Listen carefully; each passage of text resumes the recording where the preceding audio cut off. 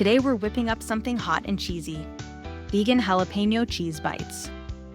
They are perfect for game day, parties, or a quick spicy snack and are super easy to make.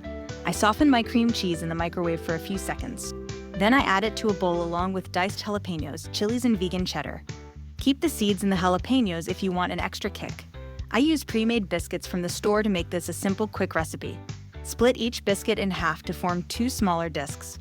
Stretch them out just a bit to make sure the filling will fit. Add about a teaspoon of the filling and then fold, pinch, and roll into a ball.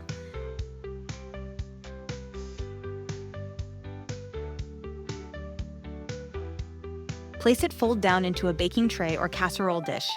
Top with slices of jalapenos for a nice presentation. Let them bake in an oven for 30 to 35 minutes until they get golden and perfectly delicious melty vegan jalapeno cheese bites. These are a little spicy, cheesy, and perfectly soft pillows of deliciousness. Visit nutsandtwigs.com for recipe details.